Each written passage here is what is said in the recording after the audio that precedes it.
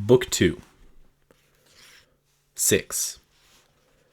That was an autumn of cold winds that stripped the leaves from the trees and blew them in clouds through the street. I would wake from dreams and hear the leaves against my window. On Shabbos afternoon, I would stand at the window of our living room and watch the trees rain leaves and the leaves swirl back and forth at the whim of traffic and wind. By November, the trees were almost bare. Solitary leaves clung to the branches as tenacious reminders of life. They fell, and the trees stood naked on the street. It rained, and the leaves lay rotting in the gutters. It snowed, and the leaves were gone. I missed my father. He wrote often. In the weeks immediately after his departure, his letters came to us from Vienna. In January, we received letters from Zurich and Geneva.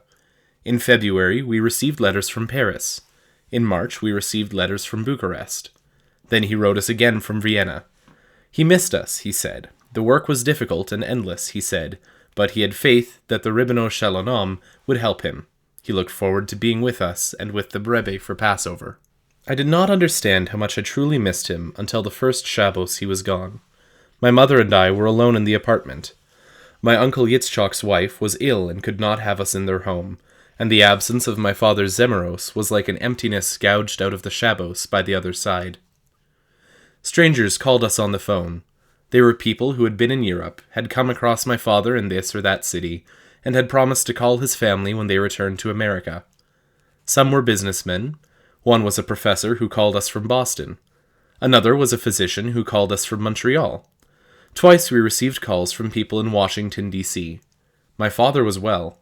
He sent us his love. He was working hard and traveling a great deal. One of the callers from Washington wished us a happy Hanukkah and pronounced Hanukkah in a way that left me reasonably certain he was not a Jew. Sometimes at night, when I had said the Kriyas Shema and my mother was gone from the room, I would lie awake and try to imagine where my father was and what he was doing. I would see him journeying from city to city, limping through terminals, his face with its dark eyes and red beard framed in the windows of planes and trains as he sped across mountains and valleys, journeying to teach Torah and Hasidus, journeying to meetings about the Jews of Russia, journeying, endlessly journeying, as my mythic ancestor had once journeyed. I would think of him lonely and alone in the hostile enormity of Europe, and feel horror at what I had done. I would say to myself then that all I needed to do was tell my mother, "I want to go to Vienna, Mama. I don't want to be away from Papa." That was all I needed to do. I would resolve to do it. First thing in the morning, I would do it. I would tell my mother at breakfast, "I want to go to Vienna, Mama. I don't want to be away from Papa." But I could not do it. I wished my father had not had to go to Europe. I wished the Ribbon Shalom could have arranged matters differently for my father. I missed him. In missing him, I began to draw him in all the places on the street I had never drawn him before. I remembered him walking Sunday mornings beneath the trees, reading the copy of the New York Times he had just bought, the thick paper held flat in his arms as one might hold a child. Sometimes I walked with him and marveled that he could read and avoid the trees and fire plugs and the cracks and juts in the sidewalk. Or I watched him from the window of our living room and saw him coming toward the house, his hat tilted on the back of his head, his red beard a counterpoint to the darkness of his clothes. I said to him once, walking back with him from the candy store on a Sunday morning, "Does my papa read the whole newspaper? Look how big it is." He smiled and said, "I read the news in the magazine and the section on books." "Does my mama read the same parts as my papa?" "Yes." "Is there a part on drawing?" I asked. I was 4 years old then. "Yes, I don't read that part." "When I learn to read, I will read the part on drawing. I like drawing." "Yes," he said, "I've noticed." I asked him once, "Papa, if you only read those parts of the newspaper, then why must we buy the whole newspaper?" "That's the way it's sold, Asher." "Does anyone read the whole newspaper?" "Yes, but most people read what interests them." "What is this part called, Papa?" I could not make out the words. I was 6 at the time. "Sports," he said. "You don't read sports, Papa?" "It's a foolish waste of precious time," he said. Then he added in Yiddish, "It comes from the other side, Asher. Boxing, football. People are hurt. It must come from the other side." I drew him sitting on the parkway bench in front of our apartment house. In the spring and early summer, and sometimes in the beginning weeks of autumn, He would sit on that bench with my mother on a festival afternoon. They would talk quietly together, and I would scamper about. I was a child then and never really understood what they were saying, but I remembered their faces and gestures, the lowered eyes, the smiles, the light brushing of fingers across an arm or a shoulder. I remembered those moments on that bench, and now I drew them. And I drew, too, the way my father once looked at a bird lying on its side against the curb near our house. It was Shabbos, and we were on our way back from the synagogue. "Is it dead, Papa?" I was 6 and could not bring myself to look at it. "Yes," I heard him say in a sad and distant way. "Why did it die?" "Everything that lives must die." "Everything?" "Yes." "You too, Papa? And Mama?" "Yes." "And me?" "Yes," he said. Then he added in Yiddish, "But may it be only after you live a long and good life, my Asher." I couldn't grasp it. I forced myself to look at the bird. Everything alive would one day be as still as that bird? "Why?" I asked. "That's the way the Ribbon Shel Olam has made his world, Asher." "Why?"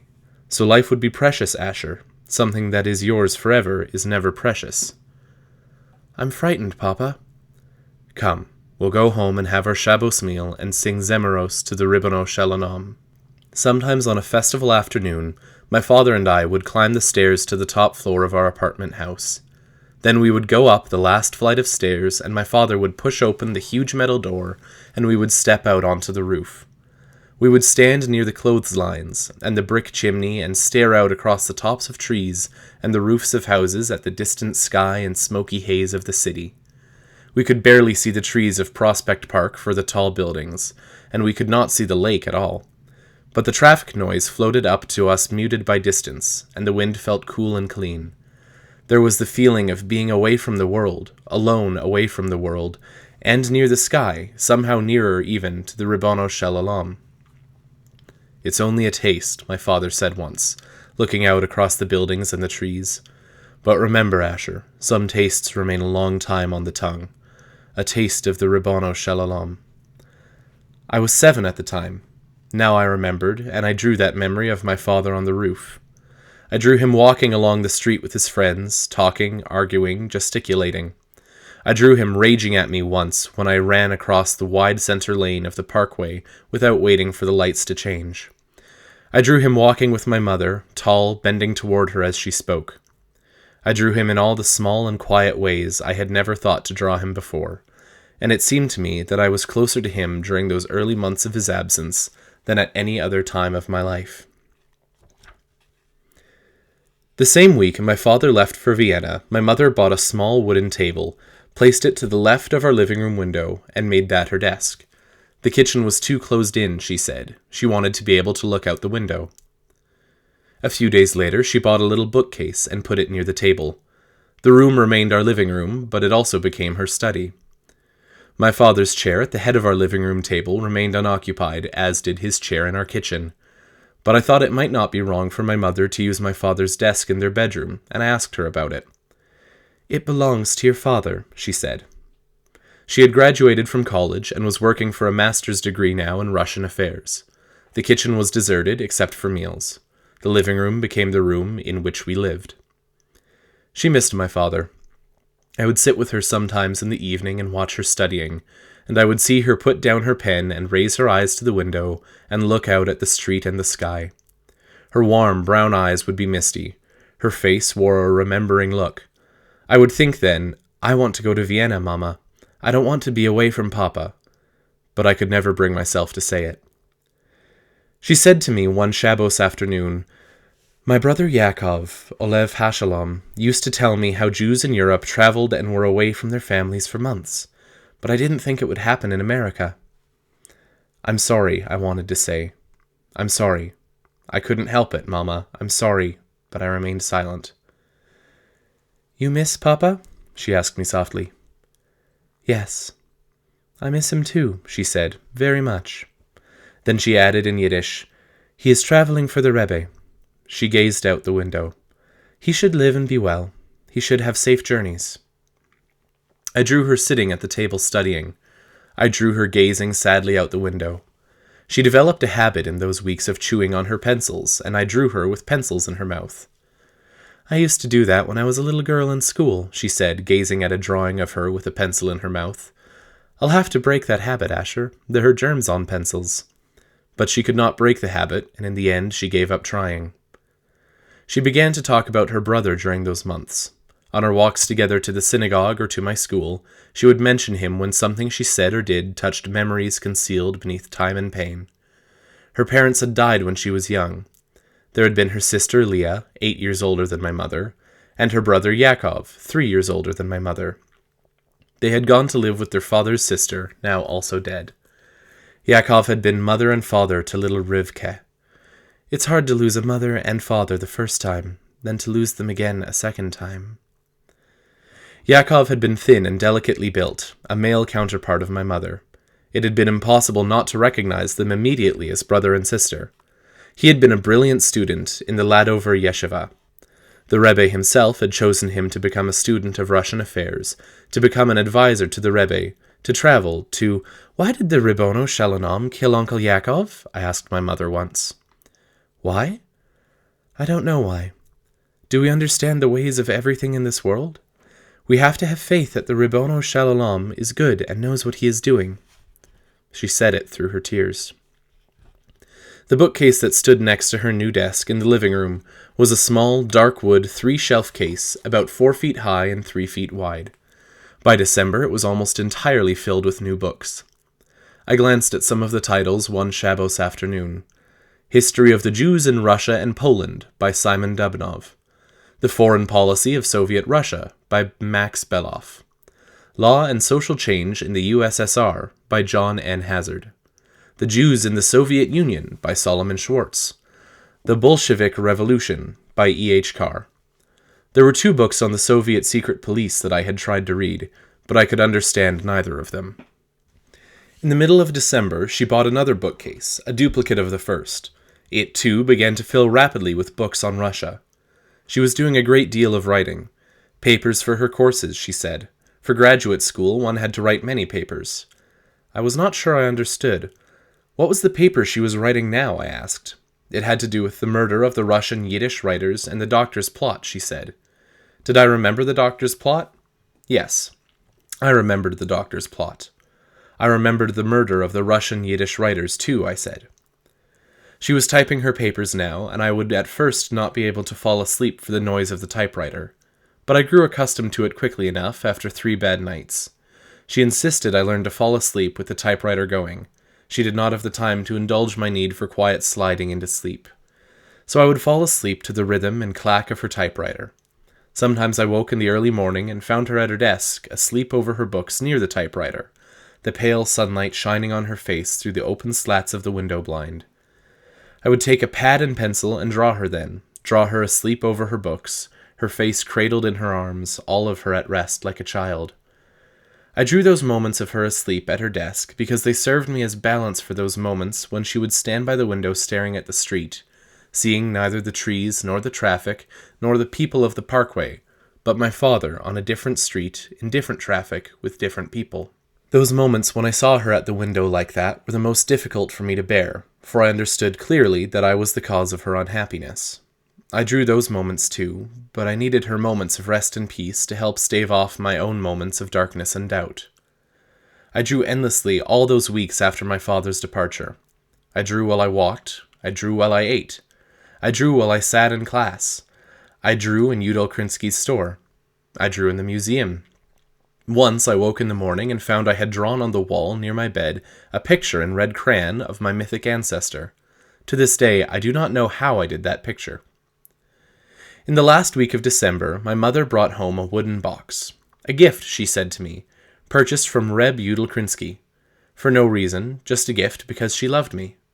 The box contained 12 tubes of oil colors, half a dozen bristle brushes of different sizes, a bottle of turpentine, a bottle of linseed oil, a palette knife, and a palette. She had also bought me a small easel and half a dozen small-sized stretch canvases. On the night of December 26, 1953, when Shabbos was over, I spread some of my father's old copies of the Sunday Times on the floor of my room, set up the easel, and squeezed some red, yellow, and blue hues onto the palette. Then I put some white onto the palette. I dabbed a narrow brush into the red and tapped it lightly against a sheet of newspaper on the floor. The red hue left marks across the newsprint, bright red against black and white. I looked at the red line on the newspaper. It had come off the brush. I ran the brush against the newspaper, feeling the play of oil against the paper, watching the hue come off and streak, testing how long a streak it made. Then I put some yellow on another brush and ran it into the red on the newspaper. I ran yellow and red together. I ran blue and red together. I ran yellow and blue together. I outlined a face on the newspaper and painted it in orange and green, using turpentine and linseed oil to dilute the colors, molding with the colors, trying to get the planes and forms. I loved the oil and the turpentine odors. I tried painting a face on a white canvas board, but it did not work. I could not do the molding. My mother sat on my bed and watched me for a long time. Then she left. A few minutes later, I heard her begin typing in the living room. I continued working on the face and finished it, but did not do it well. It's an exercise, I said to myself. It's cardboard, not even canvas. But I did not sleep much that night. The next night, I painted my first oil on canvas, a picture of my mother looking out the window of our living room. It was as if I had been painting with oils all my life. My mother came into my room one night in January and sat on my bed. I was doing an oil on canvas of Udall Krinsky, surrounded by stacks of matzos in the grocery store. She watched me for a while, then said quietly, "It's a lovely painting, Asher." "Thank you, Mama." "May I interrupt you?" she asked. I stopped my work. "Your father wrote asking about school." I looked away from her at the painting. The square shapes of the boxes of matzos intrigued me. "Asher, look at me. What should I tell your father?" "I'm trying, Mama." "Your teacher says you're not trying. The Mashpia says you're not trying. What should I tell your father?" "I don't care." "Asher." What if I tilt some of those squares, I thought. Won't that make it more interesting? "Asher, I have to tell your father something. What will I tell your father?" "I will have to tell him the truth, Asher. What do you do in school? Isn't there anything you like?" "Yes," I said. "Suppose I tilted one row of boxes one way and another row of boxes another way. What would happen?" "But you can't do that all day and night, Asher. You can't go through school not learning." "I'm learning, Mama." "I don't know what to do with you," she said. She got up and off the bed and went from the room. I'll try it, I thought, and maybe I'll tilt Udall Krinsky's body a little in different directions too. That might make it really interesting. I scraped off the paint and started again. I sat in the last row of seats in my classroom drawing in my Hebrew notebook. The teacher, a middle-aged man with a round face and black beard, said from across the room, "What are you doing, Asher Lev?" I felt my face go hot. I put down the pen. He came toward me up the center aisle of the classroom. Everyone watched intently. He stopped in front of my desk. "What were you doing?" I removed my hand from the notebook. I had drawn his face, giving his eyes the stern and serious expression they always wore. He looked at my drawing, then he looked at me. "When will you grow up, Asher Lev?" he said sadly. "You are 11 years old." I did not say anything. "At least you did not draw on a chumash," he said. Someone in the room snickered. The teacher turned and stared at the class. "I do not need you to help me. It is enough that I have to say it." He looked at me again. "Try to grow up, Asher Lev. It is already time. You do not do your father honor with such behavior." The Mashpia said to me one day in the last week of January, "You are not learning, Asherel. Your teacher does not know what to do with you." "I am trying." He sighed. We were in his office. Outside, there was winter sunlight on the bare trees. "Your father wrote to me," he said. "Your father is very upset. He asks me to speak to you." I was quiet. "Can I help you in any way, Asherel?" I did not know what to say. "If I thought it would be different if your father was home, I would immediately tell the Rebbe." I stared at him. "But it would not be different." He was silent a moment.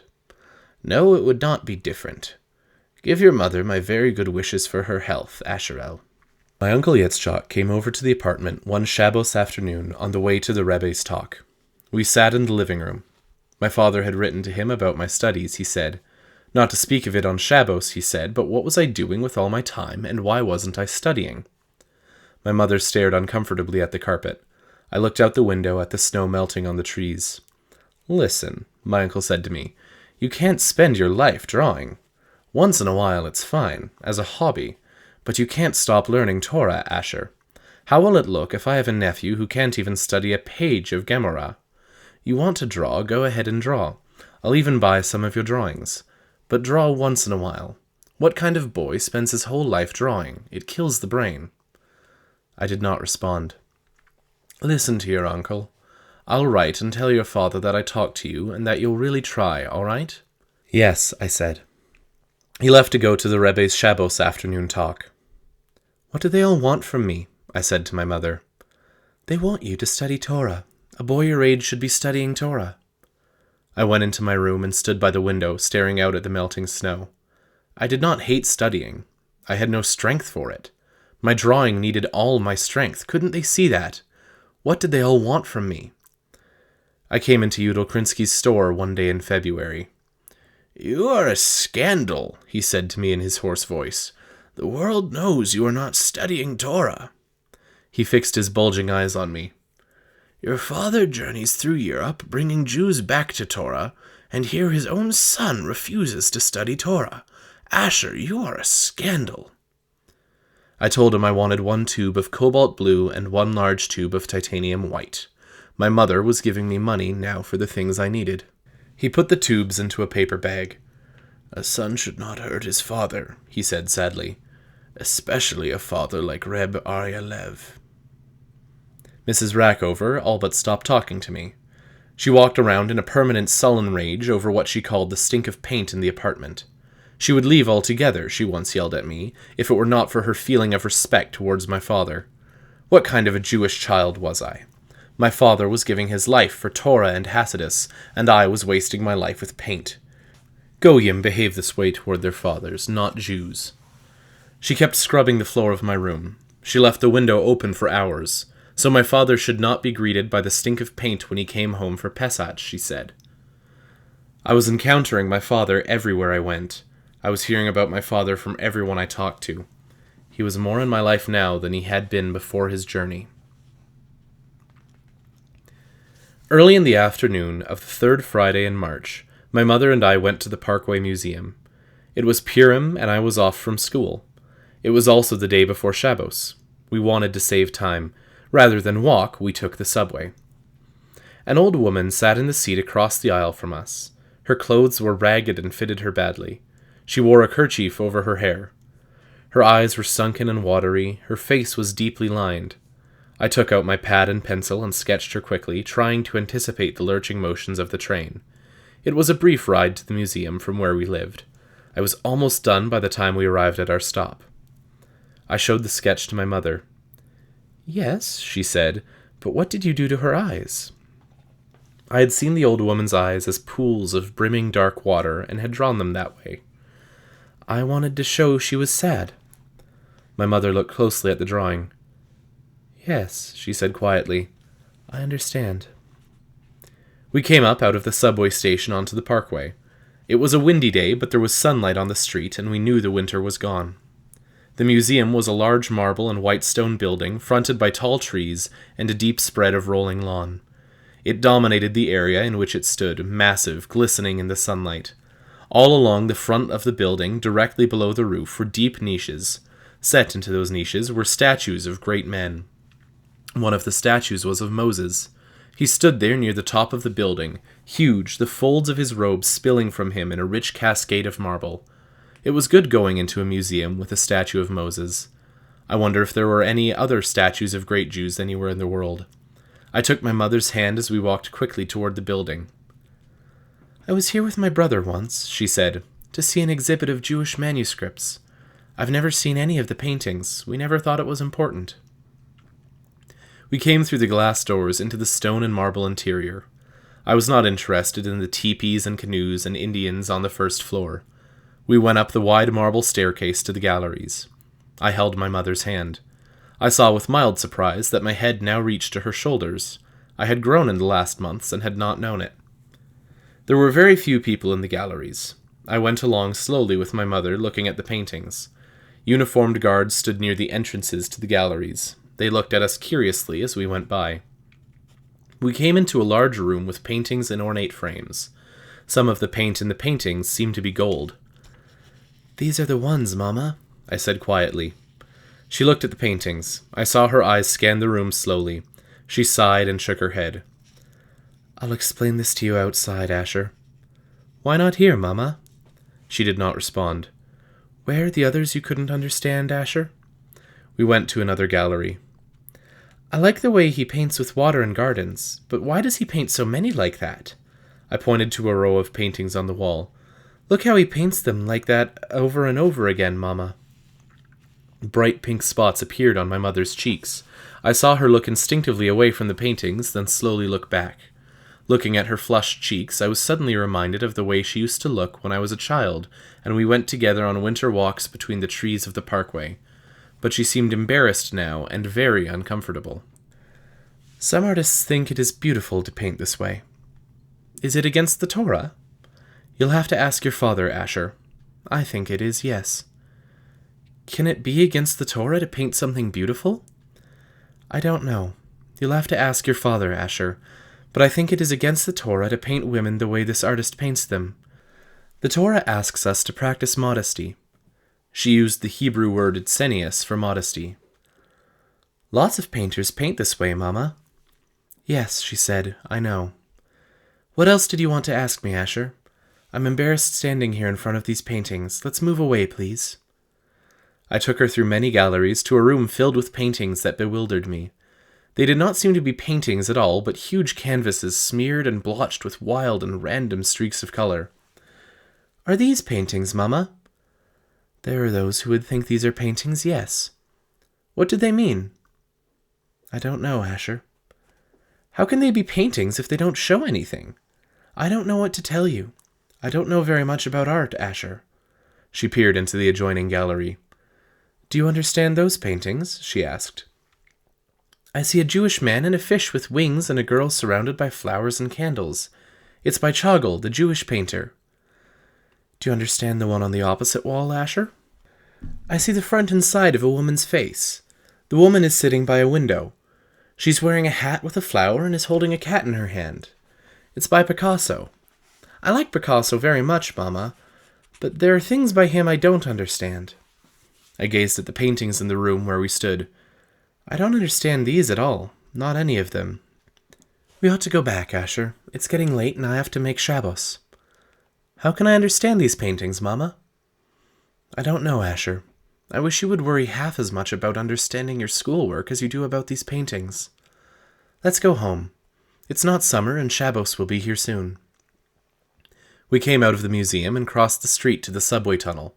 Standing on the station platform waiting for the train, I asked my mother, "Can you explain those paintings to me, Mama?" "The first ones we saw?" "Yes." "They were about a man called Jesus." Next to us on the platform stood an old man with a gray beard and a dark hat and coat. He was reading a Yiddish newspaper. He looked up from the newspaper and stared at my mother. I felt my mother's fingers on my arm. We moved away from the old man. "I know about Jesus," I said. "Jesus is the God of the Goyim." "Jesus was a Jew who lived in Eretz Yisrael at the time of the Romans. The Romans killed him. That was the way Romans executed people. They hung them from those big poles the way you saw in the paintings."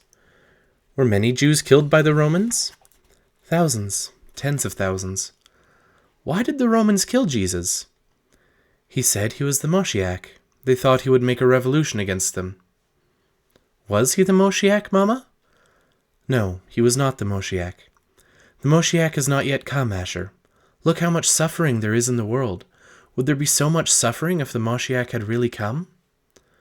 "Why are there so many paintings about him if he wasn't the Moshiach?" "The Goyim believe he was the Moshiach. The Goyim believe he was the son of the Rabbono Shel Olam. They make paintings of him because he is holy to them." "What does that mean, the son of the Rabbono Shel Olam?" "I don't begin to understand it," my mother said. She was silent a moment, staring moodily at the tracks. Then she said, "Where your painting has brought me, Asher, to Jesus." She shook her head. The train roared out of the darkness into the station.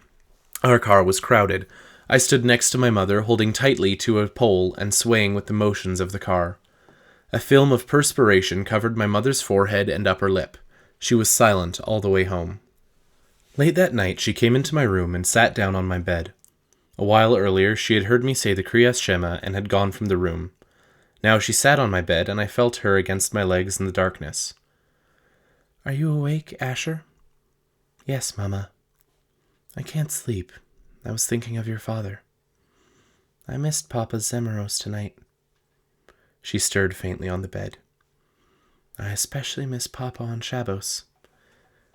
"Yes," she said. "I also miss your father, especially on Shabbos. Papa would be very angry if he knew about the museum." "He would be very angry." "Will you tell him?" "Of course I'll tell him." I was quiet. "Asher, would you go to the museum if I told you not to?" I did not say anything. "Asher?" "I don't know, Mama. Please don't tell me not to." I heard her sigh. "I wish I knew what to do," she said. "I hope the Rabbano Shalom would help me not to hurt your father. Look where it's taken us, Asher. You're painting. It's taken us to Jesus, and to the way they paint women. Painting is for the Goyim, Asher. Jews don't draw and paint." "Chagall is a Jew." "Religious Jews, Asher. Torah Jews. Such Jews don't draw and paint. What would the Rebbe say if he knew we were in the museum? God forbid the Rebbe should find out." I didn't know what the Rebbe would say. It frightened me to think that the Rebbe might be angry. "I wish I knew what to do," my mother murmured. "I wish your father was home." The next Monday I went alone to the museum after school and spent an hour copying paintings of Jesus into my sketchbook. I noticed 2 guards watching me and whispering to each other. People went by and stared curiously. A short, big-chested man looked at me, looked at my sketchbook, then scowled and walked stiffly away. I worked slowly and carefully, copying with a pencil into the sketchbook. It was only later, on my way home, that it occurred to me how strange it must have been to see a red-haired boy in a black skull cap and dangling earlocks standing in a museum and copying paintings about Jesus. I showed the drawings to my mother. "I'm teaching myself to draw better this way, Mama." She was horrified. "Do you know how much Jewish blood has been spilled because of him, Asher? How could you spend your precious time doing this?" "But I needed to, Mama." "There are other paintings you can copy, Asher." "But I needed the expression, Mama. I couldn't find that expression anywhere else." She stared intently at the drawings. Then she sighed and shook her head. She seemed not to know what to say. 2 days later, I went back to the museum and copied paintings of women without clothes. I drew them slowly, following the contours with care. I found it difficult to do. I returned the next day and the day after. I did not show any of those drawings to my mother. For the rest of March and through the first week of April, I went to that museum every chance I had. By the second week of April, I was able to draw many of the figures in the paintings from memory. My mother was busy preparing the apartment for Passover and at the same time writing a dissertation for her master's degree. She knew I was going regularly to the museum, but she said nothing more to me about it. Late in the night of the second Sunday in April, I felt someone moving about near my bed and heard whispered voices. I knew it was a dream about my mythic ancestor. I lay in the bed with my eyes closed and waited for him to appear. The voices ceased. My ancestor did not appear. I went on sleeping. The next morning, I came into the kitchen and found my father at the table with an orange in his hand. He had lost a lot of weight. He looked weary and gaunt. He did not greet me. He ordered me to sit down. My mother looked small and pale. He knew about the oil color set. He knew about the visits to the museum. He had seen the sketchbook filled with drawings of Jesus and nudes. He had spent half a year of his life creating yeshivos and teaching Torah and Hasidus all over Europe. Then he had returned to America and had discovered that his own home was now inhabited by pagans. He was in an uncontrollable rage. I had never seen him in such a rage. Even years ago, when he had once talked on the telephone about how Russians treated Jews, there had not been this quality of relentless and lashing fury to his anger. My drawings had touched something fundamental to his being. He kept talking about my drawings of that man. He would not pronounce the name. Did I know how much Jewish blood had been spilled because of that man? Did I know how many Jews had been killed in the name of that man during Crusades? Did I know that the reason Hitler had been able to slaughter 6 million Jews without too much complaint from the world was that for 2,000 years the world had been taught that Jews, not Romans, had killed that man? Did I know that his father, Olev Hashalom, my grandfather, had been murdered by a Russian peasant who was celebrating a holiday having to do with that man? And the other drawings, the drawings of women and girls. Didn't I know that the body was the gift of the Ribbono Shel Olam, that the Torah forbade us to treat it without modesty, that such drawings were vile, that they were followed in the ways of the Goyim, that Jews, Torah Jews, would never think of drawing such things. The body was a private and sacred domain. To display that privacy in a painting was disgusting. And look what all the time I wasted drawing had done to my schoolwork. I acted as if I weren't going to school at all. What was the matter with me? Where had I been born? Whose son was I? What had I been learning all these years? How could I have done such things? Why wasn't I studying? Did I want him to regret all the work he had done in Europe? Did I want to destroy the task he had chosen for himself? Did I want to shame him? Did I want to shame myself? Day after day this went on. He did not talk to me anymore. He shouted. In the night I heard him shouting at my mother. They began to fight regularly. "Why does Papa yell at you?" I asked my mother one night toward the end of that week. We were in the living room together. She was at her desk. My father was at a meeting with the Rebbe. "Your father is upset. But he yells at you. Why does he have to yell at you? He never yelled at you like that before." "He gave me a responsibility." "What responsibility, Mama?" "To raise you." "Papa is yelling at you because he doesn't think you're raising me?" "Your father came home and saw your drawings and your school marks and was very upset." "What was Papa yelling last night?" "He was upset that I bought you oil colors." "Why?" "Your father thinks I'm encouraging your foolishness. I told your father I bought you oil colors because I hoped you would thank me by studying harder in school." "You didn't tell me that, Mama." "I know." "Mama?" "Yes, Asher?" "Why did you buy me the oil colors?" "So you shouldn't steal them again from Reb Yudel Krinsky."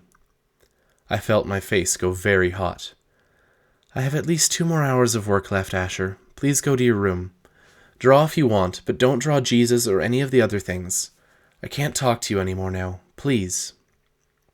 My father said to me at the kitchen table the next morning, "Asher, stop drawing with your fork on the napkin and eat." I put my fork back into the plate of eggs in front of me. I was thinking that the coffee in my mother's cup might make a good color to wash across a face I had drawn the night before. I felt something on my hand, something very hard and tight, and I looked down and saw my father's fingers clenched around my wrist. I stared in astonishment at the fingers, saw the bones jut out from beneath the flesh, saw the ridges of the knuckles, then felt the pain move up swiftly through my arm. He was squeezing the wrist of my right arm. His face, pale within its frame of red beard, was contorted with rage. I cried out. My mother shouted something. Above the noise of her shout I heard something clatter to the table. The fork. I had without thinking begun to use the fork again as a drawing instrument. My mother shouted something again. I began to cry. My father released my hand. My wrist throbbed. I could not stop crying. My mother continued to shout. My father stood at the table, his face pale, all of him quivering with rage. They were screaming at each other, my mother and father. They were screaming at each other, and I sat there listening, wanting to run away but not daring to move, feeling the pain and the fear and knowing it was because of me and not knowing what I could do about any of it. I stared at my wrist. It looked blotched. I could see the marks of my father's fingers on the skin. I flexed it slowly. Nothing seemed broken. "Ignored by my own son," my father was shouting. "Kubidov, where is Kubidov? I will not bring up such a son." I started to say something. My mother interrupted. Her face was white with anger. "Please," I said. "Papa, please." They ignored me. My mother was saying something in Russian. My father replied in Russian. "Papa, please," I said, raising my voice. "Papa, please." They both looked at me. "Please, don't be angry at me, Papa. I can't help it." They looked at each other. Then they looked at me again. "An animal can't help it," my father said. "A human being can always help it." "I can't help it, Papa," I said. "A man has a will," my father said. "Do you understand me, Asher? The Rabbano Shalom gave every man a will. Every man is responsible for what he does, because he has a will, and by that he directs his life. There is no such thing as a man who can't help it. Only a sick man can't help it. Arya, my mother said, Arya! I barely heard her. Her voice was almost inaudible. She was talking to the surface of the table. I have a will, Papa. It makes me want to draw. That's an evil will. You must fight that will. That will comes from the other side. I can't fight it, Papa. You will fight it. You will not waste your life with goyish foolishness. No, it isn't foolishness anymore. It's worse than foolishness. You bring drawings of that man into the house. You bring drawings of girls without clothes into the house. What next? Next you will become a goy. Better you should not have been born. My mother gasped. Listen to me, my father said. He was speaking suddenly in Yiddish. I am killing myself for the Rabbano Shalom. I have broken up my family for the Rabbano Shalom. I do not see my wife for months because of my work for the Rabbano Shalom. I came home for Pesach to be with my family, to be with the Rebbe, to rest. And what do I find? You know what I find. And what do I hear? I hear my son telling me he cannot stop drawing pictures of naked women than that man. Listen to me, Asher. This will stop. You will fight it, or I will force you to return to Vienna with me after the summer. Better you should stay in Vienna and be a little crazy than you should stay in New York and become a goy. Rabbano Shalom, my mother breathed. Arya, please. We must fight against the other side, Rivka, my father shouted in Yiddish. We must fight against it, otherwise it will destroy the world. All through that day I kept hearing my father's words. We must fight against it, otherwise it will destroy the world. The words echoed throughout the apartment as we went through the final preparations for Passover, cleaning, repapering shelves, stacking the Passover foods. We must fight against it, I heard my father say. We must fight against it. In the afternoon, when I was no longer needed in the kitchen, I went into my room and drew my father angry, drew a picture of him in reds and browns, angry and shouting. It was a good picture. I put it into my desk beneath a pile of books. He seemed to forget his anger that night, and we sat at the Shabbos table. We sang Zemeros. He told us of his travels and his work. There would be Ladover yeshivos one day in all the great cities of Europe, he said, but it would take time, and patience, and faith in the Rabbano Shalom. He was gentle, docile, apologetic, especially toward my mother. I saw him glancing at her repeatedly during the meal. Finally, she smiled at him. He began to sing a joyous Ladover tune. We joined him, and the three of us sang together. When I woke in the morning, I found he had already left for the mikveh. My mother was in the kitchen. Her face wore a radiant look. I had a glass of milk and waited for my father to return so we could go to the synagogue together. I waited a long time. He was clearly not returning from the mikveh to the apartment. I went to the synagogue alone and found him at his usual place, with his tallis covering his head. He had either forgotten about me or had chosen not to go with me to the synagogue. I did not talk to him about it. We spent the first Seder at my uncle Yitzchok's house. The table was crowded. I remember that when we were reading the section about the 4 sons, my father looked up at the mention of the evil son and glanced at me. It was an involuntary gesture. I saw he regretted it immediately and looked away. I felt a shiver of dread run through me. My father regarded me as an evil son. I do not remember anything about the rest of that Seder. Nor do I remember anything about the Seder on the following night, which we celebrated alone in our own apartment. I recall only that I drank too much wine and became a little ill and was put to bed feeling hot and sweaty and faintly nauseated. I lay beneath the blanket and felt the taste of the wine on my tongue and the throbbing inside my head. I opened my eyes and the nausea moved through me and I thought I would be sick. I closed my eyes quickly and was rocking back and forth in the bed, slowly rocking back and forth, feeling very hot and sweaty, feeling the sweat on my face and in the hollows of my eyes. Behind my eyes was one of the nudes I had copied. I felt my eyes begin to move across the contours.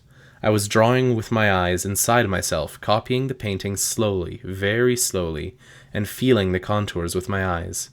I stopped and let my eyes rest. My eyes rested a long time in the dark softness of the picture. Then I felt them begin to move again across the rise and fall of the contours, across the warm light and dark colors. I felt the colors and the lines. I felt the forms. I felt light and shade and color and shape. I felt the picture move inside myself slowly in a gentle spin. Then it began to whirl, and suddenly it was white, color and shape all fusing into brilliant white light, and I felt the picture spinning wildly, all white light quivering and spinning crazily inside my head, and I opened my eyes and was very frightened. I was bathed in sweat. My hands were wet. I laid in bed terrified. It is the other side, I told myself. It is the other side. But I can't help it. I lay in bed and stared into the darkness and listened to the strange new pounding of my heart. My mother said to me during the first of the intermediate days of Passover, "You shouldn't be so frightened when your father and I quarrel." I hate it. People who love each other sometimes quarrel, Asher. I hate to hear Papa shouting at you. Your father is a little frightened, so he shouts at the person closest to him. My brother, Olav Hashalom, used to shout at me. Why is Papa frightened? He has many responsibilities, and he sees you aren't learning. He thinks you will become a goy. He doesn't want to go back to Vienna, but he also doesn't want to remain here and stop his work in Europe. Are you listening, Asher? Mama, can I go to the museum this week? She sighed softly. Wait until after your father leaves, she said. I woke one night later in the week and heard them quarreling in their bedroom. Their words were muffled, but the sounds were loud. I lay in the darkness. Stop it, I thought. Stop it, please stop it. I heard his voice, and I thought of my mother in the bedroom with him. Rabbano Shalom, stop it. Maybe I can go to Vienna now. I'll tell him in the morning that I'll go. But I felt sudden terror and knew I could not tell him. The quarreling ended abruptly. I listened to the silence. My window was slightly open. The shade scraped softly against the sill. In the morning after my father left the apartment, I said to my mother, I heard you fighting last night, Mama. She looked upset and embarrassed. I don't like Papa when he shouts at you. Why was he shouting at you? Your father wanted me to promise I would not let you go to the museum. She shook her head sadly. I can't promise the impossible. I don't like Papa when he's like this. I'm not sure your father is wrong, Asher. I stared at her. I'm not sure, she said. I went to the museum later that day. I wanted to look again at one of the Picassos. On the way to the Picasso, I stopped at one of the paintings of Jesus. I did not copy the painting, I merely looked at it. My eyes moved across it. The wounds intrigued me. How had he made the wounds look so real? Had there really been wounds like that? I wondered what it felt like having wounds like that. I returned home late in the afternoon. My mother did not ask me where I had been. I remember little else about that Passover, save the quality of menacing darkness that seeped into everything we said and did inside that apartment. All my life I had loved that festival. It had meant for me warmth and love, the end of winter and the coming of grass and summer sun. Now it was choked with bitterness and fear. My father dominated the apartment on the nights when he was there, and dominated it too on the days when he was not. The small kitchen echoed his anger. I lay awake in the nights and heard his shouts even when the apartment was silent and the only sound in my room was the soft scraping of the window shade against the sill. He seemed a different person. He was in his mid-30s now, but his red hair had begun to gray. There were web-like lines around his eyes and deep wedges along his forehead and on the bridge between his eyes. He had never been a happy person, but there had always been some moments when he had been light-hearted and frivolous. That was all gone now. He carried himself erect, he was tall and strong, but he carried, too, a burden he had brought back with him from Europe, the burden of the years it would take him to realize his dream. He had his own dream. He needed all his strength for that dream. Interference drained his strength. He would fight interference. It was clear enough now that he regarded me as a serious interference. He said very little to me during the last 2 days of the festival. He spent most of his time in the synagogue. In the apartment, he read a Hasidic book or talked with my mother. There was another loud quarrel the night after Passover. It took me out of deep sleep and was over even before I came fully awake. But I was awake enough to feel a sense of fear at his presence, and together with the fear, a sense of sudden anger at my helplessness. I was not unhappy to hear my mother wish him a safe journey 2 days after Passover, and to see him go off to his waiting aircraft, limping slightly, his black attaché case and a copy of the New York Times in his hands. I chose 2 subjects, the 2 I knew concerned him most, Talmud and the Bible. I began to study those 2 subjects. I read and memorized. I did not stop drawing, but I did not draw as often as I had earlier. Whenever I felt unable to study, I remembered the quarrels and my mother's pale features, and I studied. I studied only what I thought the teacher wanted me to know for class and for tests. I continued going to the museum, but less frequently than before. I continued copying paintings of Jesus and nudes and other subjects as well. My mother saw me studying and said nothing. My teacher smiled triumphantly. The Mashpia blessed me. At the end of May, my mother told me she had written to my father about the improvement in my schoolwork. My father wrote habitually 2 or 3 times a week. By the end of the first week in June, 10 days had passed without mail from him. By the end of the second week, there was still no mail, and my mother was showing signs of concern. She called the Rebbe's office and was told that they too had not heard from my father, and that she should have faith in the Master of the Universe. Everything would be all right. By the middle of the 4th week, my mother seemed ill. Her face was sallow. There was darkness around her eyes. When I talked to her, she did not hear me. She did not get out of bed on Thursday. Mrs. Rackover came early, gave me breakfast, and sent me off to school. Late that night, I heard my mother in the living room chanting from the Book of Psalms.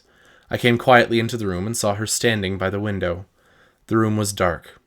Then she stopped. She moved forward slightly, inclined her head, and rested her forehead against the window pane. "Yaakov, do not let anything happen to Arya," she said softly in the Yiddish. "Yaakov, are you listening? This is your sister. Do not let anything happen to my Arya. Are you listening to me, Yaakov? Please. Yaakov, please." I went back to my room. I did not sleep that night. The next day, Friday, was the final day of my school year. My mother was unable to get out of bed and would not eat all day. She spent that Shabbos with my Uncle Yitzchak and his family. My uncle tried hard not to let me see his fear, and failed. Early Monday morning, the phone rang. My mother answered it. I heard her talking in Yiddish. It was a brief conversation. I stood next to her in her hallway. "The Rebbe's office called. Your father is in Vienna." "Where was he all that time?" "They only told me that he was safe in Vienna." "He would have written if he had been in Vienna all that time." "Yes." "He was in Russia," I said. "Get dressed," she said. "It's a beautiful day outside. We'll go somewhere. Where do you want to go, Asher? Let's go to Prospect Park. We'll go to Prospect Park and take food for a picnic, and we'll even go rowing. You can draw me rowing. But don't draw me if I fall backward off the seat. Then we'll go to the museum." "Yes," she said. "We'll go to the museum." We spent the summer in the bungalow colony in the Berkshires. I painted and drew, and studied Talmud and Bible. My mother read and worked on the last section of her master's dissertation. She was in her early 30s now, and she seemed particularly lovely that summer, rowing with me along the lake, walking with me beneath the pines, watching a summer rain with me from the porch of our bungalow. I drew her over and over again that summer.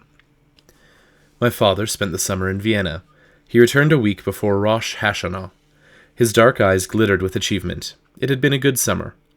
Ledover yeshivos were opening in Vienna and Paris. Yes, it had been an excellent summer. He said nothing to me about my studies. I remember that Rosh Hashanah.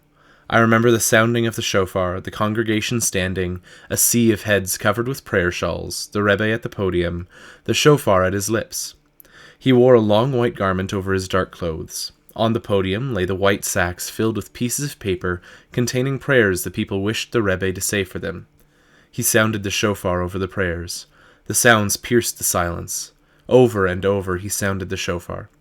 I remembered that day because I saw my father look up from his prayer book and stare at me across the synagogue.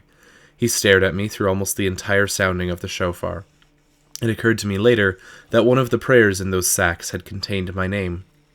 He asked me during Sukkos if I thought I would want to come to Vienna the following year, but now I did not want to be any place where he was, for he had set himself up as an adversary to me, and I feared going with him. He could not force me now to go to Vienna. My schoolwork was good. I had the feeling he regretted the improvement in my grades. He left for Vienna toward the end of October, 2 days after Simchas Torah. The following summer, my mother went to Europe. She told me in the last week of June that she missed my father very much. 5 days later, she sailed to Le Havre. She had her master's degree now and was working on her doctorate. From time to time throughout the year, she had gone to the Ladover building. For meetings with the Rebbe's staff, she had said in answer to my questions. I lived with my Uncle Yitzchak all that summer. I drew and painted and spent a lot of time in Udall Krinsky's store. He was married now. He no longer wore the casket. I ran errands for him. Occasionally, I ran errands for my Uncle Yitzchok. That was the summer 3 new Ladover families moved into the big apartment house across the street from my Uncle Yitzchok's home, all of them from Russia. I would watch them from the stoop of my uncle's house, shy, hesitant, bewildered, glancing fearfully at whoever came near them. There was a boy my age in one of the families. I saw him on the street one day in front of his apartment house. I went over to him. He was shorter and thinner than I, and had wide eyes and long dangling earlocks. "How are you?" I said in Yiddish. He looked at me suspiciously. "Welcome to Brooklyn." He started to turn away. "My name is Asher Lev." He stopped and gazed at me intently, his eyes narrow. I saw him glance quickly around. "The son of Reb Aryeh Lev?" he said in a quiet voice. "Yes." "How do I know you're the son of Reb Aryeh Lev?" "Everyone knows." "Yes, everyone?" He glanced around again. "What do you want?" "Where are you from in Russia?" He looked at me again out of narrowed eyes. "Tashkent." "Did you meet my father in Russia?" His lips stiffened. "How did my father get you out?" "Who said your father got us out? Who said that?" He seemed suddenly frightened. "I never said that. I thought he might have helped to get you out." "Listen, what do you want from me? Ask your father." "My father is in Europe." "Listen," he said in a thin, tight voice. "In Russia there are Jews with beards and earlocks who spy for the government. What do you want from me? If your father will not tell you, how can I tell you? I do not know anything." He turned and walked quickly away, and disappeared into the apartment house. I did not speak to him again.